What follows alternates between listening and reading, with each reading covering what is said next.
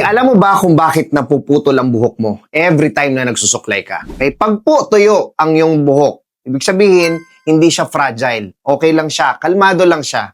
Pero once na nabasa yung buhok, ibig sabihin mas fragile siya. Huwag nyo po agad susuklayin yung buhok nyo. Itatowel dry nyo muna siya. Handahan lang. Bakit po? Ang buhok po ay composed ng balat or skin barrier. Okay? So yan yung tinatawag nating cuticle layer. Pag po kinukuskus mong ganyan, nagkukuskusan niya, natatanggal yung mga cuticle layer, which is yun yung protective barrier niya. Okay? So ano pong gagawin mo? Dahan-dahan, pagkatapos mong itowel dry, wag na wag mo agad susuklayin. Ano pong gagawin mo? Mas maganda kung meron kang ilalagay na leave-on. Ang purpose ng leave-on is mas madulas, mas nalalagyan ng protein yung hair. Ibig sabihin yun yung pagkain ng hair. Okay? Now, pagkalagay mo ng leave-on, sinuklay mo, and then you can let it dry. Hayaan mo lang siyang matuyo. Or, pwede mo siyang tuyuin. I suggest medium heat to cold. Okay?